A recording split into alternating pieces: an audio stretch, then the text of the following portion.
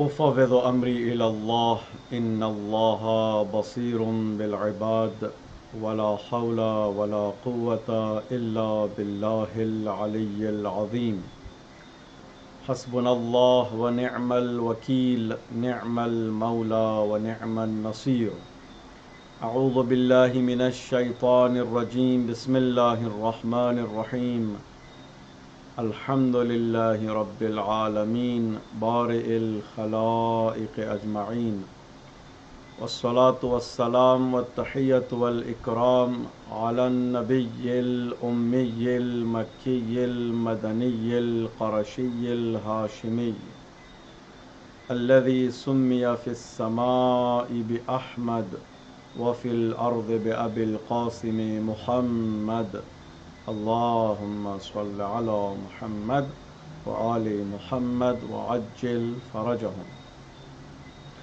وعلى آل بيته الطيبين الطاهرين المعصومين المظلومين واللعنة الدائمة على أعدائهم أجمعين من الآن إلى قيام يوم الدين أما بعد فقد قال الحسين عليه الصلاة والسلام الناس عبيد الدنيا والدين لاعق على ألسنتهم يحوطونه ما درت معايشهم فإذا محسوا بالبلاء قل الديانون.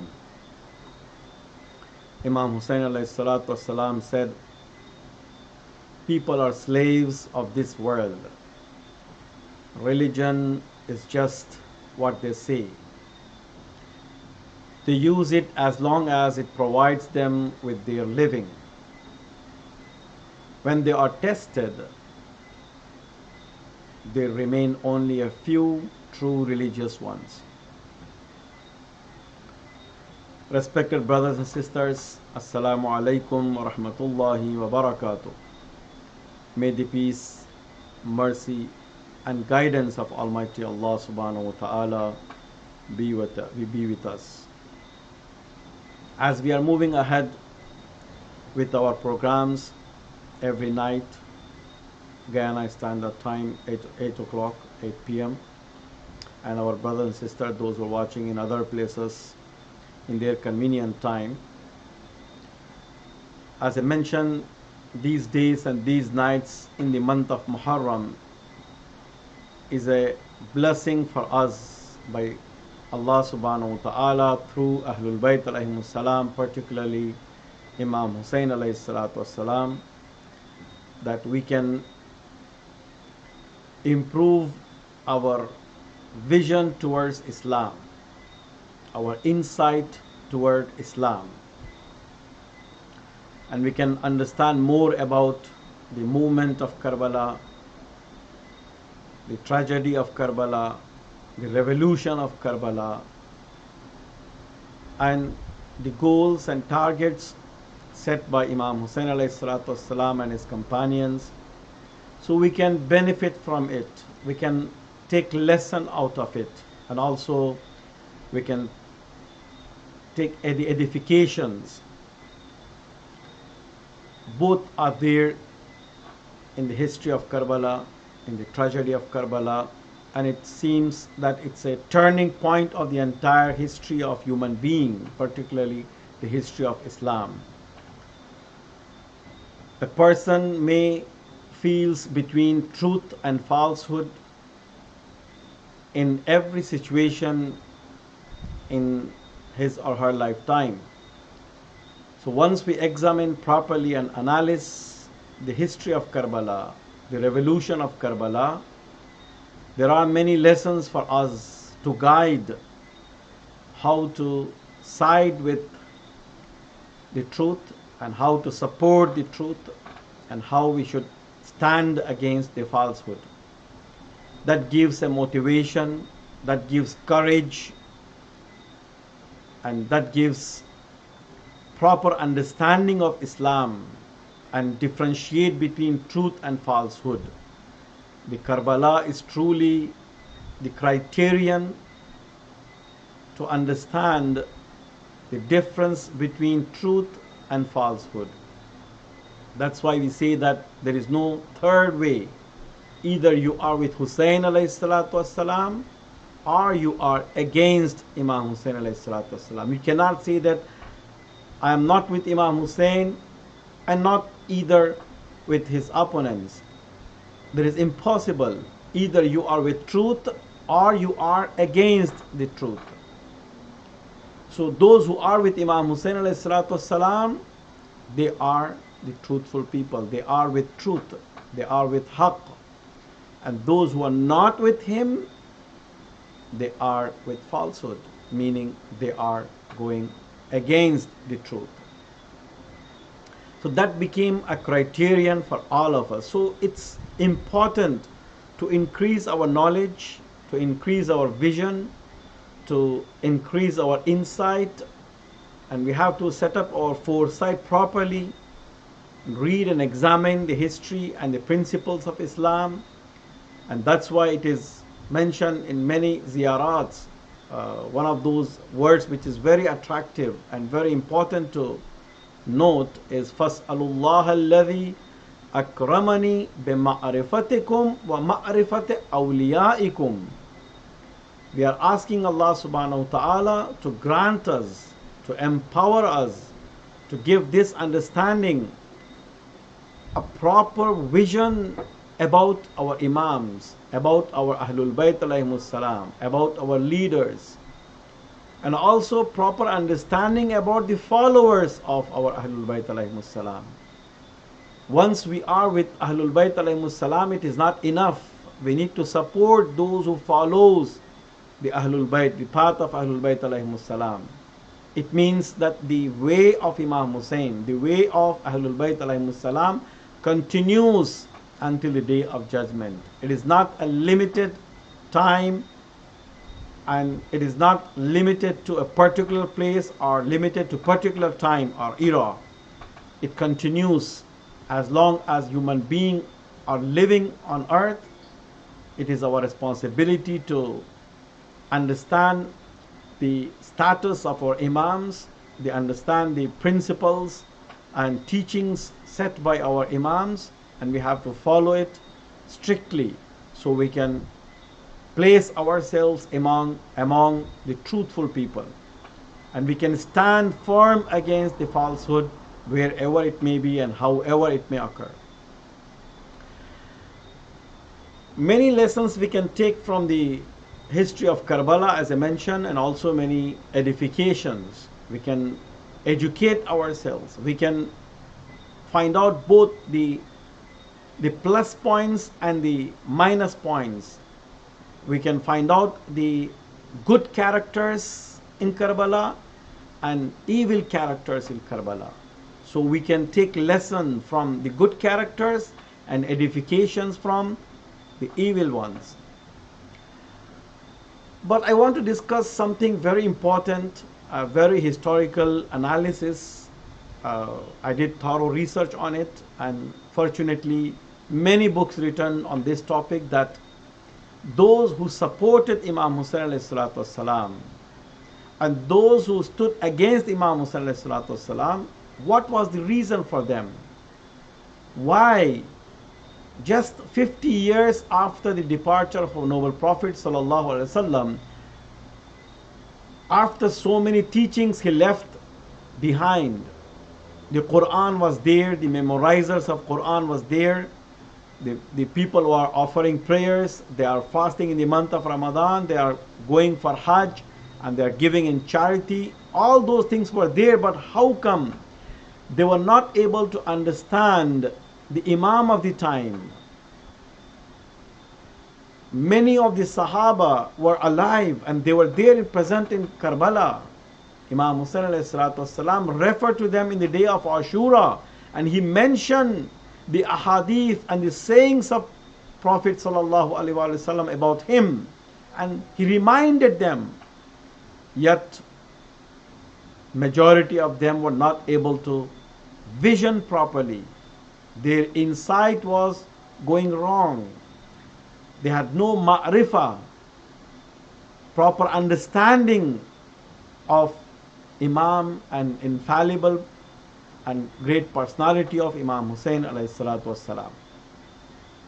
And many who were the followers of Ahlul Bayt alayhi salam, but because of their actions, because of their behavior, because of not having proper understanding of the concept of imamat and the leadership in Islam, they trapped into a way which it is hard for us to judge about them.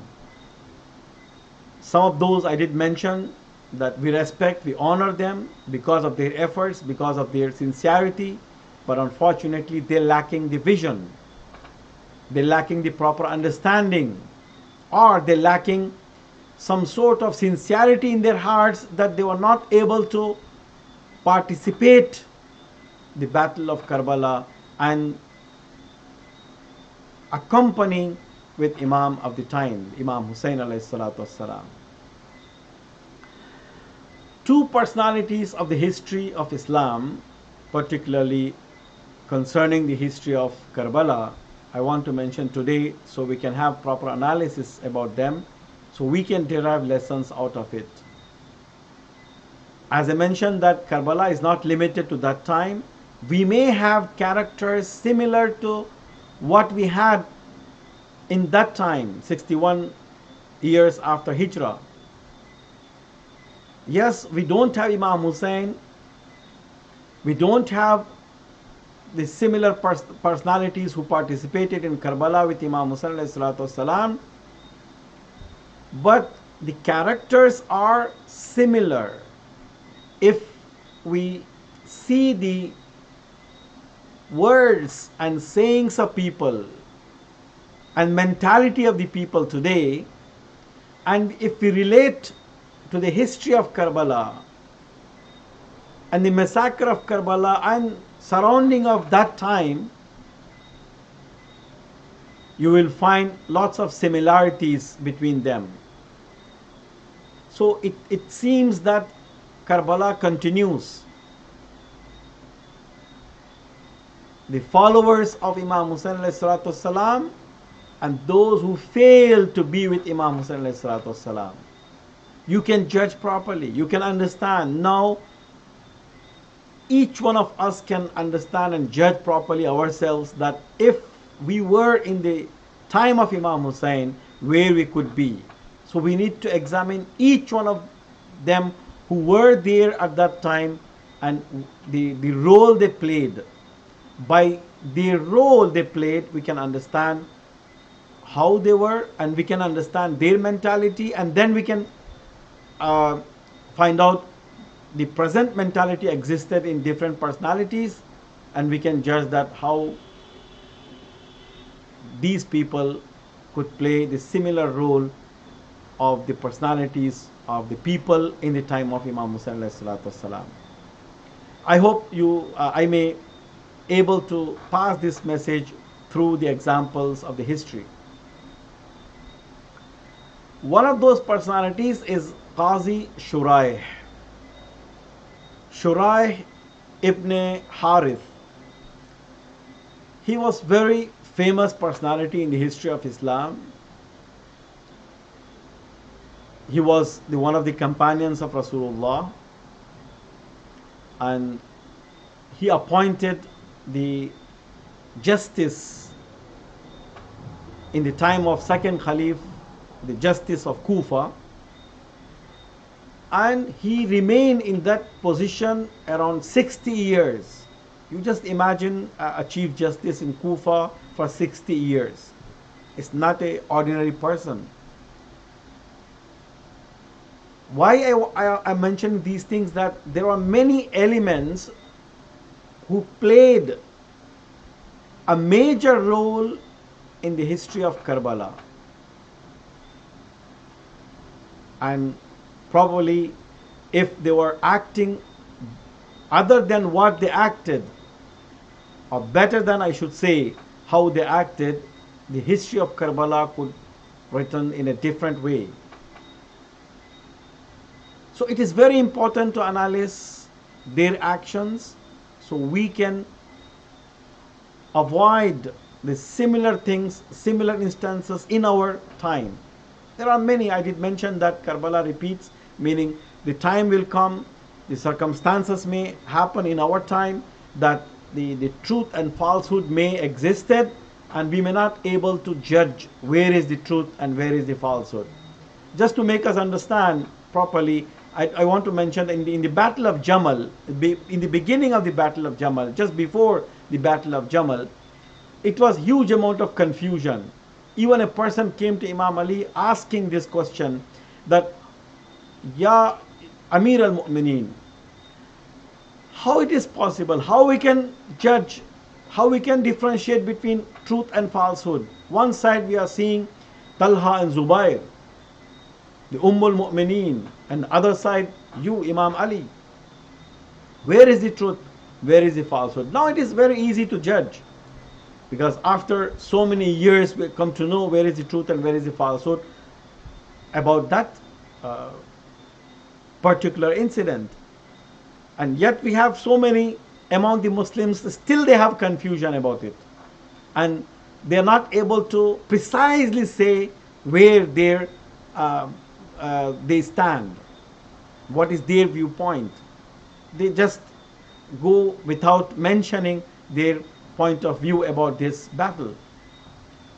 But many of us, alhamdulillah, we come to know that where was the truth at that time. But really, I'm telling you, if we were there at that time, it was hard to make a decision unless you are so firm in our beliefs and you are so powerful in your vision and insight that it was easy for you to understand. And sometimes taqwa itself grants you the proper understanding of the things. Like Quran itself mentioned in many occasions that in tattaqullah yaj'al lakum furqana. If you are pious, if you attain taqwa, Allah subhanahu wa ta'ala will grant you the power of understanding. Furqan means differentiating between the haqq and batil, differentiating between the truth and falsehood.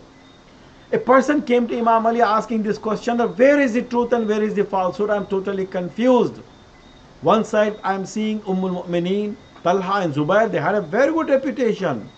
Now we come to know who they are, but at that time it was really confusion for majority of the Muslims that how come these people commit wrong?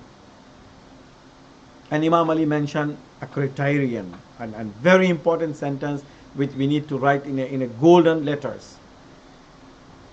He mentioned that innaka lamalbusun alayk, you are in confusion. Why? Innal haqqa wal batila la tu'rafani bi aqdar rijal. You cannot judge the haqq and batil, truth and falsehood, by the personalities. First you have a personality already digested in your mind and you understood that they are good, and then you want to apply the truth and falsehood. No, you cannot do so. By our appearance, we cannot demonstrate the haqq or batil. By our actions, by our true performance, we can demonstrate where we are. So Imam said, Innal haqqa wal batila la tu'rafani bi aqdar rijal. You cannot understand haqq and batil, truth and falsehood, by people. You cannot judge through people. And Imam Ali said, Innal haqqa wal batila la tu'rafani bi aqdar rijal, i'rifil haqq tu'raf ahla. Once you know the nature of truth, automatically you will understand who is the truthful. I'rifil batil tu'raf ahla. Once you know the nature of falsehood, automatically you will understand who are with falsehood. And that's the very important thing, that we should not trap and we should not get influenced by the persons. Rather, we should apply the principles upon the persons. We have to judge persons through principles. We cannot judge principles through persons. That is what Imam Ali alayhi salatu wasalam is mentioning. So we should not be confused. Oh, because Qazi Shurai was very famous personality, because Qazi Shurai was just Chief Justice in Islamic territory for 60 years, so how can he commit wrong? No, anyone can commit wrong. Anyone can do wrong. So we have to check the act itself and check the principles of haqq and batil, the criterion between haqq and batil, then we can judge the person. So here he appointed by the second caliph as a chief justice of Kufa, and he remained for 60 years. Even in the time of Imam Ali, what was the philosophy and what was the circumstances, we are not aware of much. But Imam Ali alayhi salatu wasalam continued appointing him as a judge there, but it with one condition. If I mention that condition, automatically you will understand how Imam Ali alayhi salatu wasalam acting at that time. So what was the circumstances? He remained him as a justice in Kufa, but with one condition. The condition was, you cannot apply any ruling without my consultation. So meaning what? Without any power. He was justice without any power. And he knew, Imam Ali knew that the nature of Qazi Shurai was what and where he was going. So maybe some circumstances were there, it was hard to find another person, or it was hard to remove him. Sometimes removing a person who already made the roots in the society is a big operation. It's not so easy. While in the battle of Siffin, Imam Ali alayhi salatu wasalam had a rift there, and around 12,000 people among the soldiers of Imam Ali, among the followers of Imam Ali, they deviated from the right path and they made a new ideology of Khawarij. And in the battle of Nahrawan, Imam Ali alayhi salatu wasalam, after delivering so many sermons and lectures for them, 8,000 of them came back, and still 4,000 of them remained there stubborn, and the battle started, and Imam Ali killed majority of them except 10. And it was one of the prediction of Imam Ali alayhi salatu wasalam before the battle of Nahrawan. He mentioned that in this battle we are not losing more than 10, and they are not survive more than 10. So exactly after the battle, people counted that only 10 people survived from the Khawarij, and only 10 people achieved martyrdom from the side of Imam Ali alayhi salatu wasalam. And then Imam Ali mentioned that it was me alone could remove this fitna from the history of Islam. And it was hard for others, because the Khawarij, as Ibn Abbas mentioned and described them, that I never saw them eating during the day, I never saw them sleeping during the night. Meaning what? They were offering prayers during the night, and they were fasting during the day. And most of them were memorizers of Quran. And Imam Ali alayhi salatu wasalam, about one of them, he mentioned that رُبَّ تَالِنِ الْقُرْآنِ وَالْقُرْآنُ يَلْعَنُهُ. There are many reciters of the Quran, but the same Quran is cursing on them. So just recitation of the Quran never benefits you without paying attention to the teachings of the Quran, without applying the teachings of the Quran. So that was the Khawarij. So Imam Ali alayhi salatu wasalam mentioned it. So sometimes removing some persons is very difficult, and it need a big operation. So some circumstances were there that Imam Ali alayhi salatu wasalam kept him as that post, but with condition, meaning you cannot apply any rulings without my consultation. So that was enough to keep him away from that position. But the same Qazi Shurai, he falsely, under the influence of Ibn Ziyad, while Hani ibn Urwa, one of the supporters, strong supporters of Muslim ibn Aqil in Kufa, arrested by Ibn Ziyad, and it was chaos in the city. The supporters of Hani ibn Urwa came to invade the castle of Ibn Ziyad, and it was hard situation for Ibn Ziyad to tackle with them, because the men they came to defend Hani ibn Urwa was very strong. But he used the trick. He used the Qazi Shurai. He asked him to testify that Hani ibn Urwa is safe and he is okay. And he came and calmed the situation, because Qazi Shurai had influence. People never saw him lying, at least in front of the people. And unfortunately, because of that is what we call is the scholars for dollars. under the influence of Ibn Ziyad, he testified falsely being a judge in Kufa, being a qazi in Kufa. He testified falsely that Han ibn Urwa is alive while he achieved martyrdom. And the Ibn Ziyad killed him and asked Qazi Shurai to testify falsely that Han ibn Urwa is safe, Han ibn Urwa is alive. And the people dispersed. It was a turning point. If he was not testifying falsely just because of few dollars, or maybe it was a threat for his life, so what is the use of having life while you are testifying falsely in a juncture where you are creating the history? And that was one of the actions he made. And it is mentioned that he issued a fatwa against Imam Hussein alayhi salatu wasalam, that under the influence of Ibn Ziyad, he issued a fatwa that because Hussein ibn Ali alayhi salatu wasalam, God forbid, he stood against the Khalif of the time, who is Yazid, and it is obligatory for the government to kill him. You just imagine for the dollars, for the life which is not worthy to live with falsehood, he issued fatwa. It is very ironic that a person from Kufa came to Imam Abu Hanifa asking a question about the blood of a mosquito. If it is there on our skin, can we? Is it najis or pure? It's clean. We can offer prayer with it, or we cannot. Then Abu Hanifa laughed on them. He said, "You Kufans, asking about the blood of a mosquito, while you shed the blood of grandson of Rasulullah, you have to feel ashamed." So this is the people we had.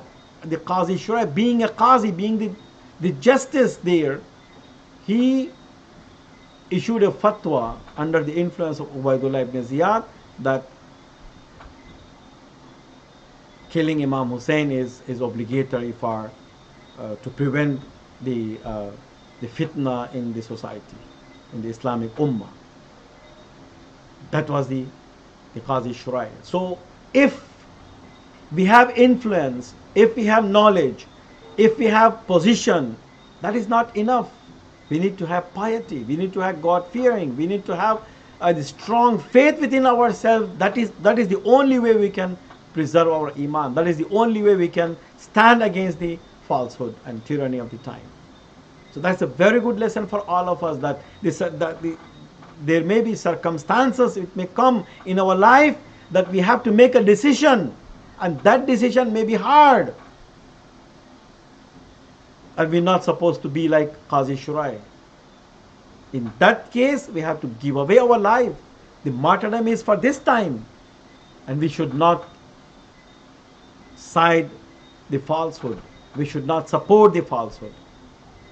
And that is the great lesson we can learn, and that is a turning point. One of the major elements which leads the history towards the massacre of Karbala is the decisions of certain people coming together. After just 50 years after the departure of Rasulullah sallallahu alaihi wasallam, the great tragedy occurred in the Islamic Ummah. The people who killed Imam Hussein were not kuffar, not non-Muslims. All of them were claiming to be Muslims. They were offering prayers. They were reciting Quran. Some of them were memorizers of Quran.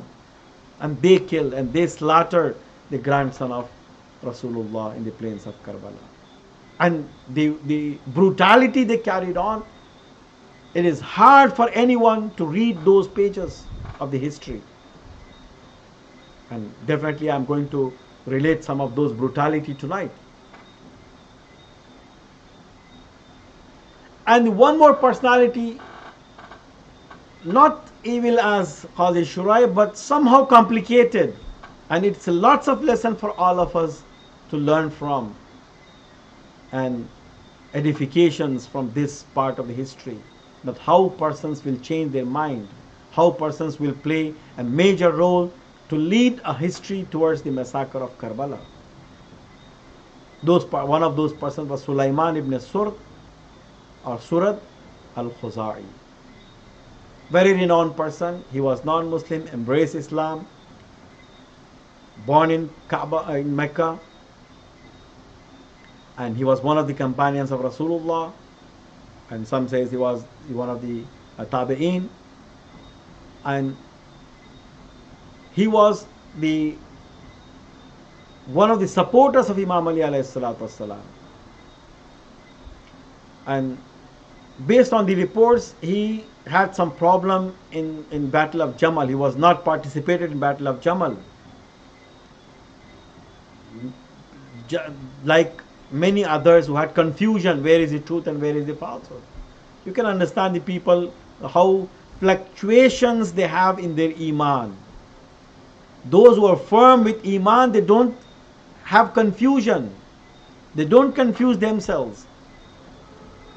There is a haq, there is a batil, and they straight away support the haq and they stand against the batil. But this man had some confusion in the Battle of Jamal. He not participated, but in Battle of Siffin he fought, and somehow in the time of Hakamiya, arbitration, he had some objections, but that was ignorable. He corrected himself after, and then he supported Imam Hassan alayhi salatu wasalam. He fought against Muawiyah, and then he again had objections against the treaty signed by Imam Hassan alayhi salatu wasalam with Muawiyah. And he objected Imam Hassan alayhi salatu wasalam. Even he came to Imam Hussein that, how come your brother signed this treaty? And then Imam Hussein said, no, what Imam Hassan did was exactly according to principles of Islam, and that was the action supposed to do. And he was not able to do much, but he had some problem in his heart. And then in the time of Imam Hussein alayhi salatu wasalam, he is the one of the beginners, he is the one of the great persons in Kufa who wrote letters to Imam Hussein alayhi salatu wasalam. 12,000 letters Imam Hussein received from Kufans, and each letter carried 12, 13, 50, sometimes 100 signatures from different personalities. And one of the first persons who wrote letter to Imam Hussein inviting him towards Kufa was Sulaiman ibn Surd al-Khuzai, and he was determined to fight. And while Imam Hussein alayhi salatu wasalam sent his messenger, his ambassador Muslim ibn Aqil to Kufa, and he had problem with him. He said that no, we're not supposed to stand, and we're not supposed to start our revolution, and we had to wait until Imam of our time, Imam Hussein, comes and we have to join with him. And honestly, my dear brothers and sisters, this is something you can see in our present time, that there are many acting just like Sulaiman ibn Surd al-Khuzai. There are many at present in different societies. They say that if Imam of our time reappears, we are the supporters. While Imam himself mentioned that fuqaha, the jurists, ruwatu ahadithina, they are the jurists, they are the authority. فَإِنَّهُمْ حُجَّتِي عَلَيْكُمْ وَأَنَا حُجَّةُ اللَّهِ عَلَيْهِمْ. They are the authority upon you from our behalf, and we are the authority on them on behalf of Allah subhanahu wa ta'ala.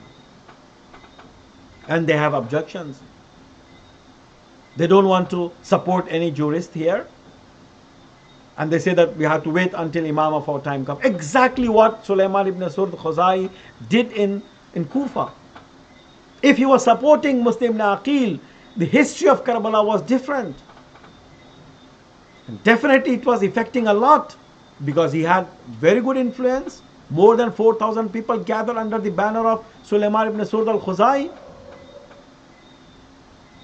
And because of the same factor, the weakness of Iman and not having proper understanding, not having proper vision of imamat and the leadership and the principles of Islam and the duties and responsibilities of a true believer at the time, at this juncture, at special circumstances, unfortunately, he made wrong decisions. We respect him, we honor him because he proved the sincerity and love of Ahlul Bayt alayhimus salam. But the vision is something totally different. Proper understanding of principles of Islam is totally different. And it is mentioned that he had some problem with Mukhtar al-Thaqafi, and then after the massacre of Karbala, after the Ashura, he repented and he established a whole movement called Tawabin, a revolution called Tawabin, and he fought against the army of Ibn Ziyad in Ainul Warda, the place called Ainul Warda, and at the age of 93 he achieved martyrdom.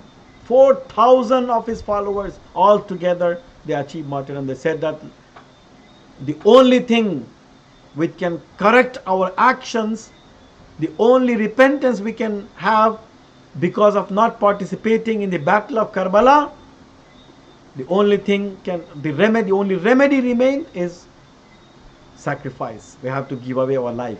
And they made the ghusl and they wear the shroud and they went to battlefield knowingly that they are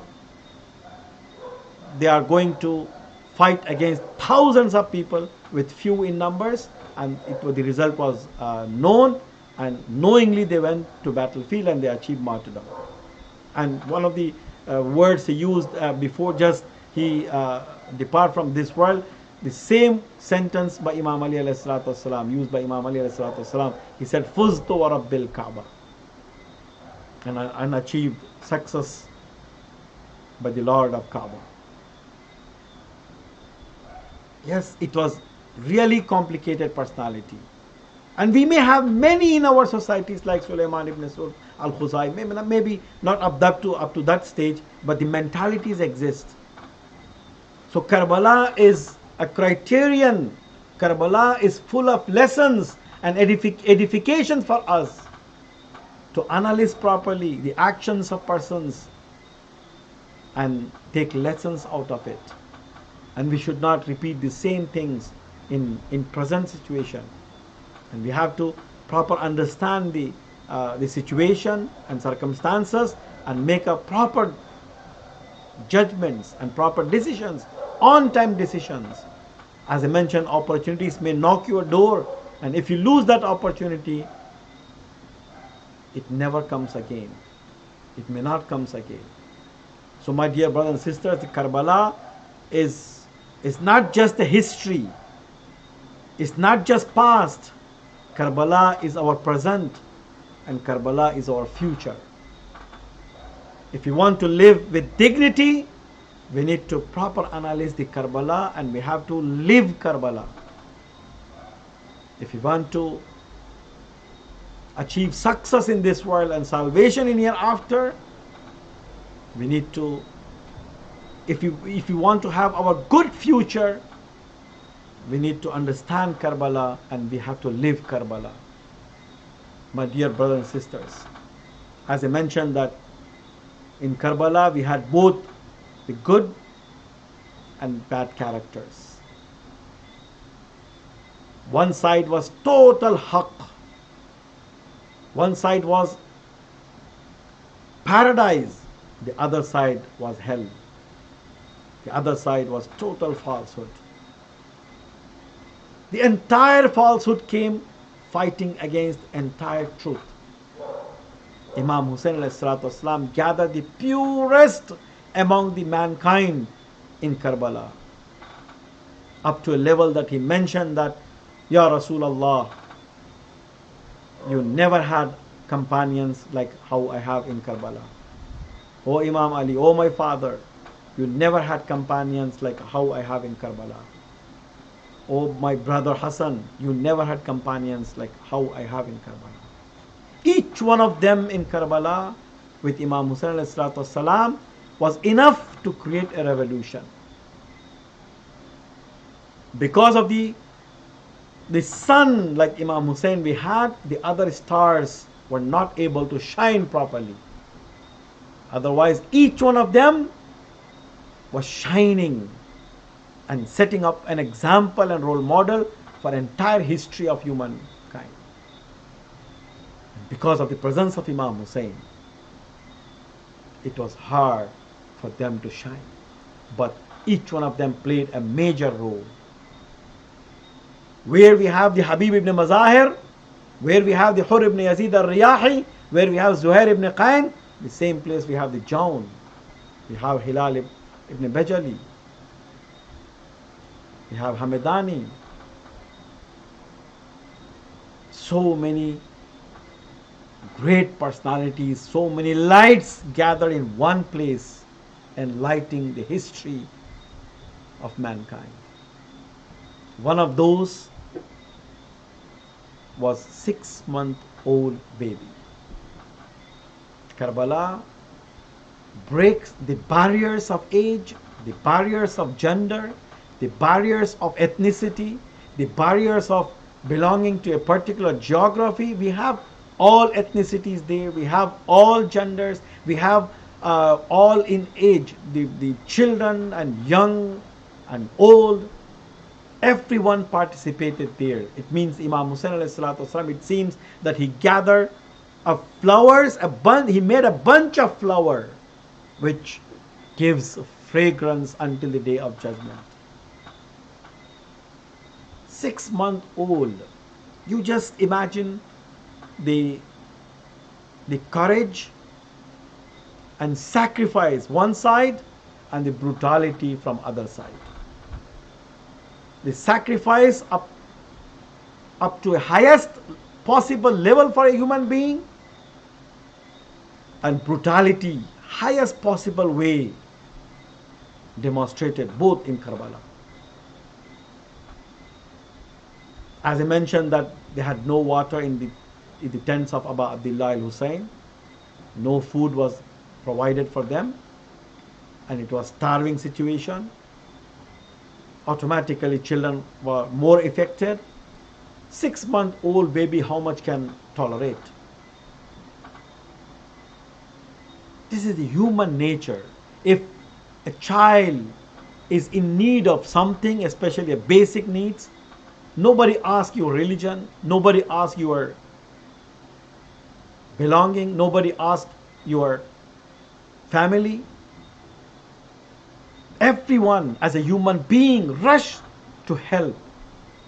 But in Karbala, we had people who demonstrated the highest possible brutality. Imam Hussain والسلام, according to narrations, came to the camp, the tent of Rubab,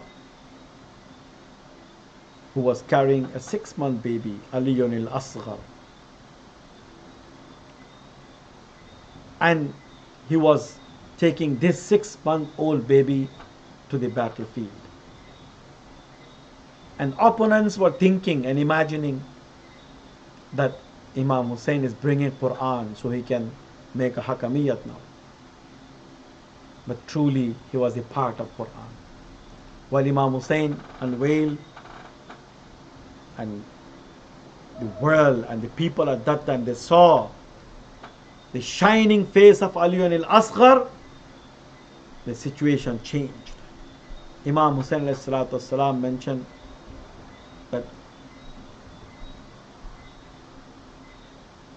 "O the army of Yazid, if you think that I am in a wrong way, what is the mistake, what is the sin committed by this 6-month-old baby? You are preventing water from this 6-month-old baby. If you have anyone who is fathering any child, come and feed some water. and quench the thirst of 6-month-old baby. It was, the question was really touching the hearts of humanity. And look the brutality. And it is narrated that the majority of the people who were there, they cried. And the situation was changing. But Umar Sa'ad said to Hurmila, one of the very uh, well-trained shooters, asked him to shoot an arrow. You know, the Arabs had different arrows. One of those arrows were a three-pointed arrow. And based on the narrations, that the Arabs made commitment not to use such arrow against human being. Only they reserved for wild animals. And unfortunately, the brutality in Karbala demonstrated by the army of Yazid in a way that they broke their own commitments, and they used that arrow, the three-pointed arrow, against who? Against 6-month-old baby. And that arrow came to the Aliyun al-Asghar, and he departed from this world smiling. And Imam Hussain والسلام, offered a great sacrifice. And it is narrated that while Imam Hussain was taking out the arrow from the chest of Aliyun al-Akbar, he never mentioned that, "O Shi'ati, O my followers, come and testify this." No. Even while he was bringing the body of Qasim, he never mentioned that. While the 6-month-old baby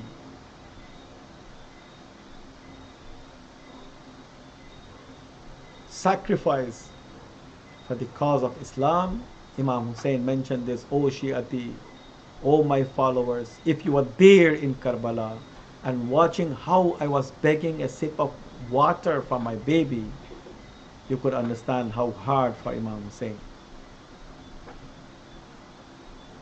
In fact, Imam Hussain والسلام, brought a biggest weapon he had to prove that my opponents cannot be a human being. If they were human being, they're not supposed to shoot an arrow to a 6-month-old baby, Aliyun al-Asghar. La yawm ka yawmika ya Aba Abdillah. Assalamu alayka ya Aba Abdillah.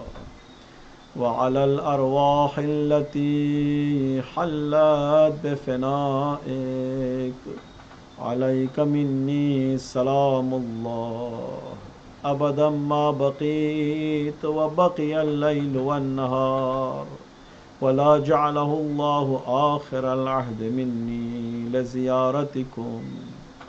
السلام على الحسين وعلى علي بن الحسين وعلى أولاد الحسين وعلى أصحاب الحسين الذين بذلوا مهجهم دون الحسين عليه السلام. ماتم حسين يا حسين.